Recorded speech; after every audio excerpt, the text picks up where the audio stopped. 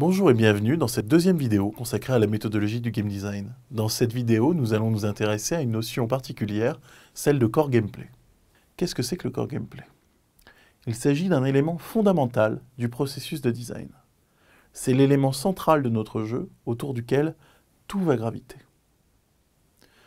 Nous venons de voir qu'il était important de prendre en compte un certain nombre d'éléments extérieurs au jeu lui-même avant même de commencer à conceptualiser une expérience de jeu.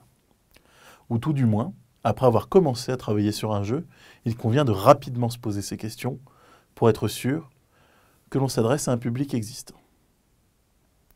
Nous savons désormais le type d'expérience que l'on souhaite créer. L'étape suivante, c'est donc la formulation de ce core gameplay. Alors, qu'est-ce que c'est? C'est donc, nous l'avons dit, la mécanique principale du jeu, l'interaction fondamentale autour de laquelle vont se bâtir les expériences des joueurs. Ce core gameplay, il va servir à plusieurs choses.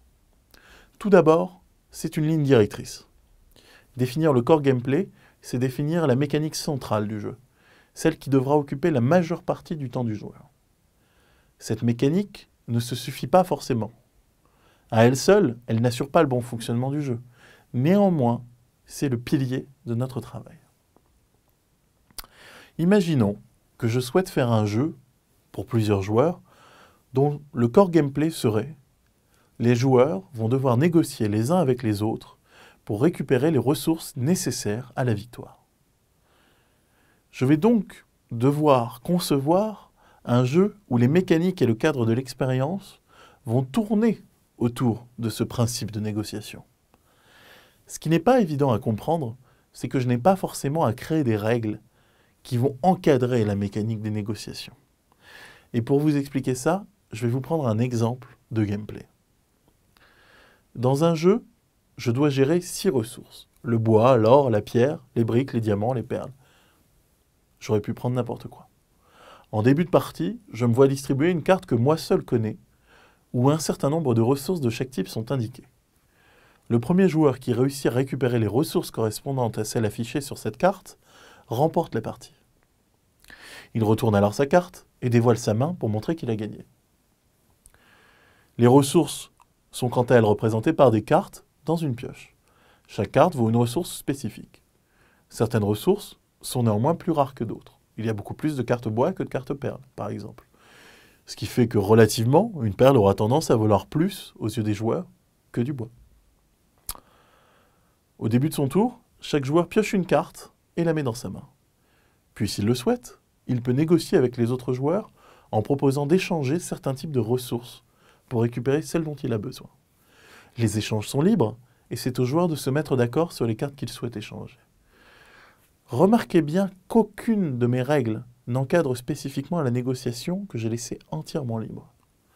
Néanmoins, le cadre de jeu que j'ai mis en place va inciter les joueurs à négocier activement entre eux s'ils espèrent remporter la partie.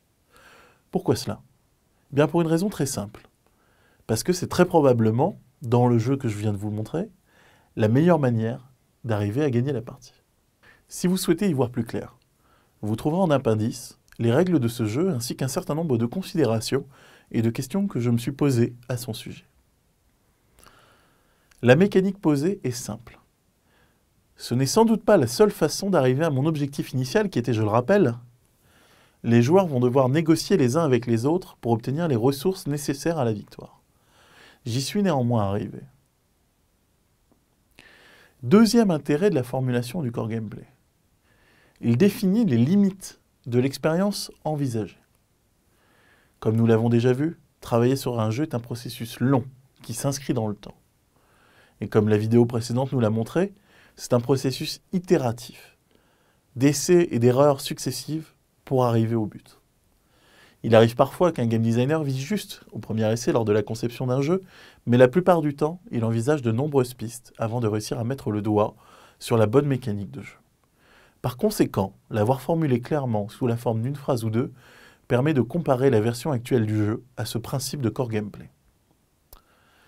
Cela nous permet de vérifier que le projet continue dans la direction prévue initialement et de corriger d'éventuelles déviations ou fourvoiements.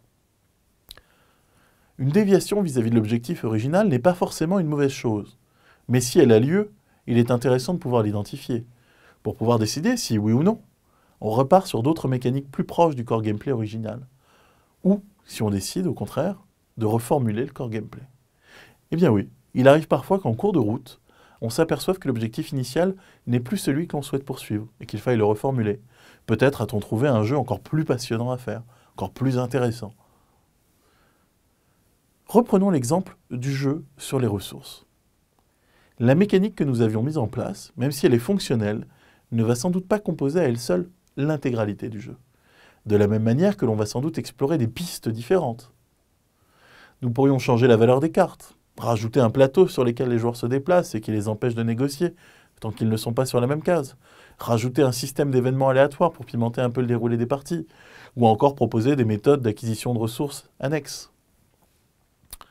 Encore une fois, vous trouvez un certain nombre de ces questions que je me pose en annexe. Dès lors qu'on commence à avoir des idées de ce type, tout s'enchaîne très vite, comme dans un brainstorming. Et il est important, après coup, de bien comparer le résultat obtenu avec notre ambition de départ. Comparer son objectif au core gameplay initial, c'est s'assurer d'être toujours dans la bonne direction.